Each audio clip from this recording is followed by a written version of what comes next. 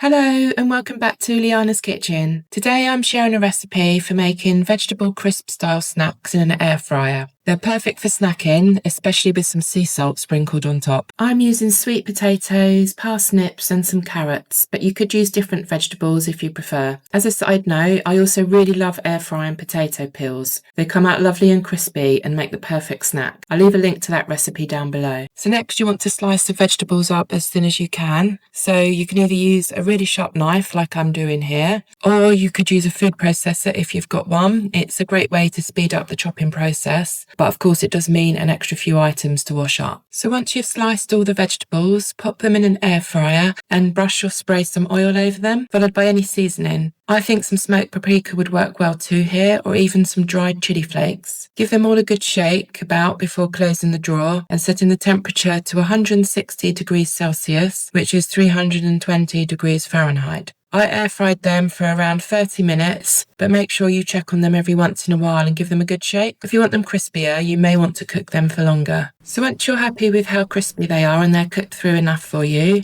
you can remove them from the tray or optionally sprinkle some more salt or seasoning on top. Then it's time to start snacking. I like to eat them straight away, but you could put them in an airtight container to enjoy later. I hope you enjoyed these simple vegetable crisps made in the air fryer. For more air fryer recipes, please check out my other videos, or you could head over to Liana's Kitchen where you can search for all my air fryer recipes. Once again, thanks for watching and I'll see you next time.